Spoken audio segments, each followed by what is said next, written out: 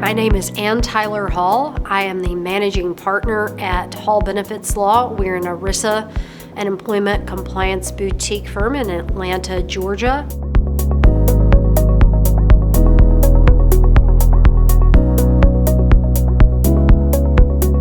The new DOL final regulation tightens the rule. It makes it harder for employers and for companies to classify individuals or workers as independent contractors. And so the rule has 6 factors, 6 circumstances. It narrows down what was previously considered determinative of employee status, common law factors that were more general, more ambiguous. So the new ERT, economic realities test, final rules by the Department of Labor, clarify through these 6 facts and circumstances the factors that they deem determinative of employer-employee relationship or employer-employee status versus independent contractor status. And they make it harder for employers to classify individuals as independent contractors.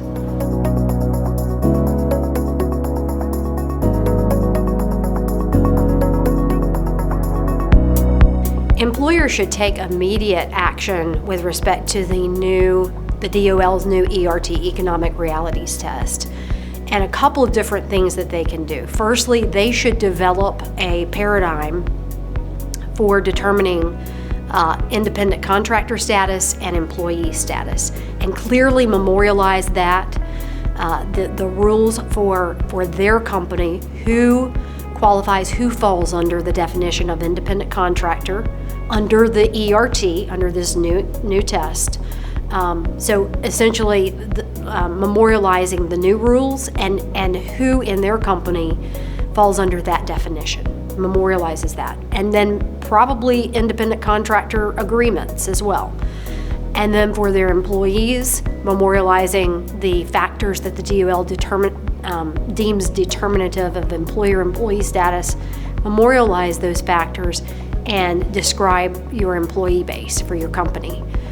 And then on the ERISA benefits side, it's really important for employers to review their benefit plan documents, make sure there's a clear definition of employee, that only employees are covered under the plan generally, and to also add in specific language that provides for the plan administrator's discretion to determine who is an employee or employer, and if in the event of an employee or a worker misclassification, that any benefits would be provided only prospectively, so that there's no retroactive liability for any worker misclassification issues that the DOL or the IRS might find on audit. Now, that's not dispositive to say that the DOL and IRS might still require some retroactive or remediation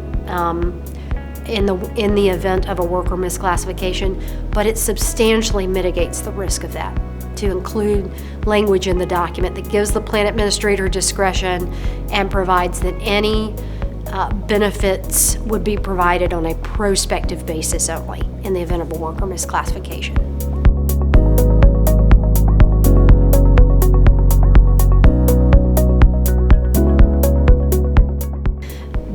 Best first step is to engage employment and ERISA counsel, and to build out a paradigm based upon this new economic realities test that provides for the new 6 factors, the 6 circumstances, and describes the employee workforce versus the independent contractor workforce. And employers should be able to maintain independent contractors in their business. The new ERT rule is not intended to do away with all independent contractors. It just makes it a little bit more challenging, a little bit more difficult to prove that they are truly an independent contractor. So it's really important to engage counsel, experienced employment counsel, experienced ERISA counsel, to look at your employment relationships, draft and develop independent contractor agreements, independent contractor analysis paradigms, and for your employees, the same, to use the ERT test as the guidance and to memorialize that in how your workforce fits within the definition for the workers that are classified as employees, how they meet that definition of employee. For the ERISA attorney, ERISA counsel, it's extremely important to review benefit plans, make sure that employees are defined, make sure that the plan administrator has discretion to determine who is an employee, and then to have some fail-proof language that mitigates exposure to liability for retroactive benefits. Thank you for watching. Please subscribe and click the notification bell to be the first to view GSCPA videos. Follow us on other social media for even more society news.